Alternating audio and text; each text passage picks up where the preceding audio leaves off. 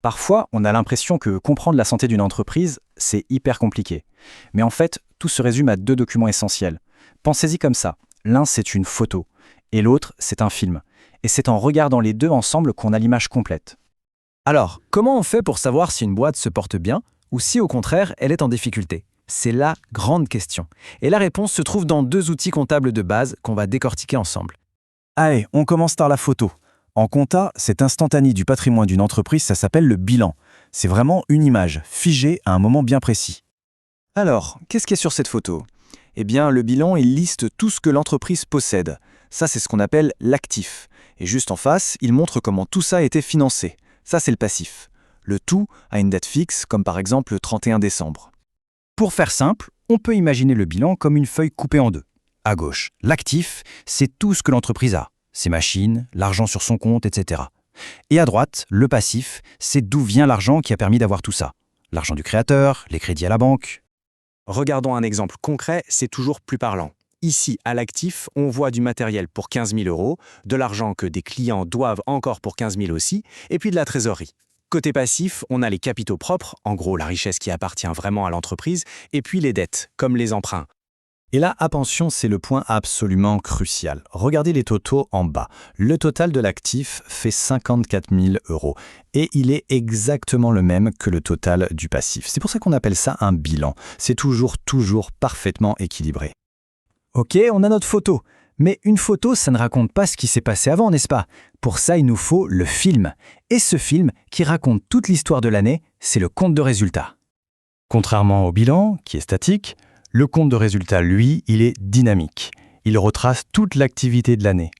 Il met en face tous les revenus et toutes les dépenses pour nous dire à la fin si l'entreprise a gagné ou perdu de l'argent. D'ailleurs, en un clin d'œil, on peut voir le résultat de l'année. D'un côté, les produits, c'est-à-dire tout ce qui a enrichi l'entreprise, pour 121 000 €. De l'autre, les charges, tout ce qui l'a appauvri, pour 111 000 €. On voit tout de suite que le résultat est positif.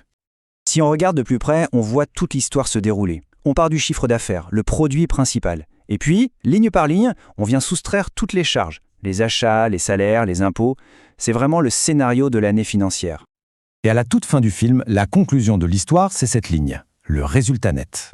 Ici, l'entreprise a fait un bénéfice de 10 000 €. C'est le chiffre qui résume toute sa performance de l'année. Bon, on a notre photo et on a notre film. On pourrait croire que ce sont deux choses bien distinctes. Mais en réalité, c'est là que tout s'assemble. Et c'est vraiment le point le plus important à saisir. La question, c'est donc, comment est-ce qu'ils s'emboîtent, ces deux-là? Quel est le pont entre le bilan, notre photo à un instant T, et le compte de résultat, le film de toute l'année? En fait, la logique est super simple, en 3 étapes. D'abord, le film, le compte de résultat, nous dit que l'entreprise a gagné 10 000 €. Ensuite, logiquement, ce gain vient augmenter la richesse globale de l'entreprise. Et enfin, cette nouvelle richesse doit bien apparaître quelque part sur la photo, sur le bilan. On se souvient? La fin de notre film nous donnait ce chiffre, un bénéfice net de 10 000 €. C'est le gain de l'année. Et voilà la magie. Ce même chiffre de 10 000 €, on le retrouve ici, inscrit directement dans le bilan, dans la partie capitaux propres. Le résultat du film est venu mettre à jour la photo du patrimoine. Les deux sont liés pour toujours. On comprend donc la grande leçon. Il ne faut jamais analyser l'un sans l'autre. Ils fonctionnent en duo. C'est ce duo qui donne une vision claire et complète de la situation d'une entreprise. Cette phrase, elle résume tout à la perfection. Il y a une complémentarité totale. Le compte de résultat mesure la performance et le bilan montre l'impact de cette performance sur la richesse de l'entreprise à la fin de la course. Mais concrètement, à quoi ça sert de savoir ça? Eh bien, ça permet d'abord de comprendre le passé, ce qui a bien ou mal marché. Ensuite, d'évaluer la solidité de l'entreprise aujourd'hui.